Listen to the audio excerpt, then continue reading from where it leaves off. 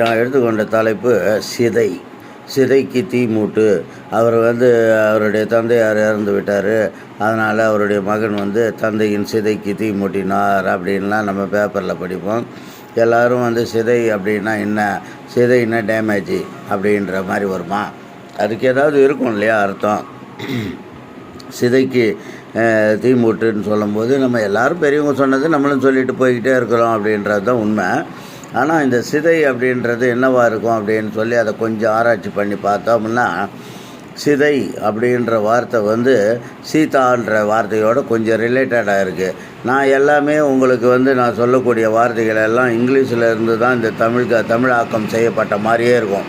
அதாவது நேரடியாக ஆக்கினாங்களா அது எப்படின்றத டீட்டெயிலுக்குள்ளே நம்ம போக முடியல அந்த ஆராய்ச்சிகள்லாம். ஆனால் ஒரு ஆங்கில வார்த்தையை எடுத்துக்கிட்டோம்னா அதற்கு ஈடாக கரெக்டாக அந்த வார்த்தை இங்கே தமிழுக்கு ஒட்டும்.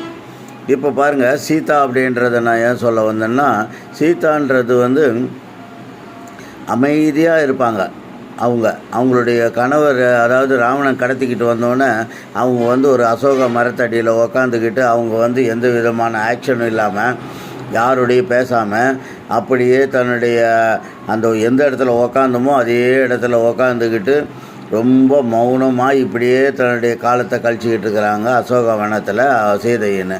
அதனால தான் சீதைன்ற அந்த கேரக்டருக்கு தகுந்த மாதிரி செடேட்டு, ஆங்கிலத்தில் நீங்கள் செடேட்டு CEDATE செடேட்டு, அந்த TEன்ற வார்த்தையை நீங்கள் 2 வார்த்தையை ரிமூவ் பண்ணிவிடுங்க. செடேட்டுன்ற வார்த்தையை சீதான்னு படிக்கணும், CEDA சீதா.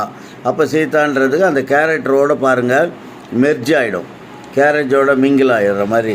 அதாவது without action, accustomed to sit without action, அந்த எந்த விதமான ஆக்ஷன் இல்லாமல் அமைதியாக உக்காந்துருக்கிறது. இப்போ ஒருத்தர் இறந்து போனாருன்னு வைங்க, அவருடைய உடல் ஏதாவது ஒரு ஆக்ஷன் இருக்குமா? என்ன ஆக்ஷனும் இருக்காது.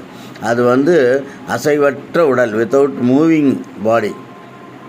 அது அசைவற்று கிடக்கிறதுனால அந்த செடேட்டுன்ற வார்த்தை தான் CEDA முதல் 4 எழுத்து சீதாக்குன்னு போயிடும்.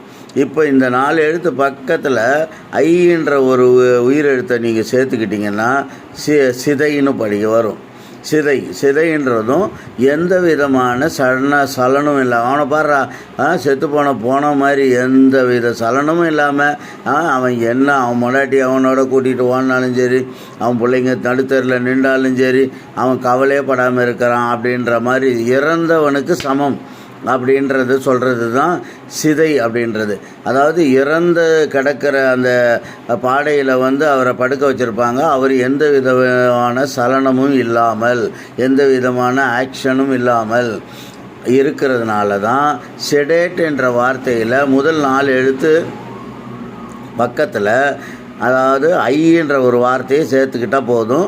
செடேட்டுன்ற வார்த்தையில் ஃபஸ்ட்டு TE கடைசி எழுத்தில் 2 எழுத்தை ரிமூவ் பண்ணிவிட்டு இப்போது அது பக்கத்தில் புதுசாக நம்ம AIOUE 5 எழுத்து உயிரெழுத்து வச்சுருப்போம். அதில் ஐயை போட்டிங்கன்னா சிதைன்னு வரும். சிதைன்றது அசைவற்ற உடல், எந்தவித சலனமும் இல்லாமல் இருக்கிறதுனால அது டெட் பாடி அப்படின்றது ஆங்கிலத்தில் சொல்கிறோம்.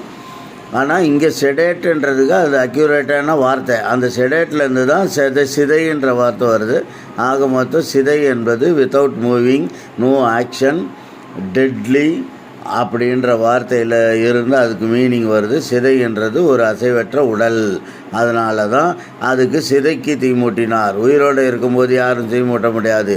உயிரற்ற நிலையில் இருக்கும்போது அந்த சிதை அப்படின்ற பாடிக்கு தீ மூட்டினார் என்பது பொருள்.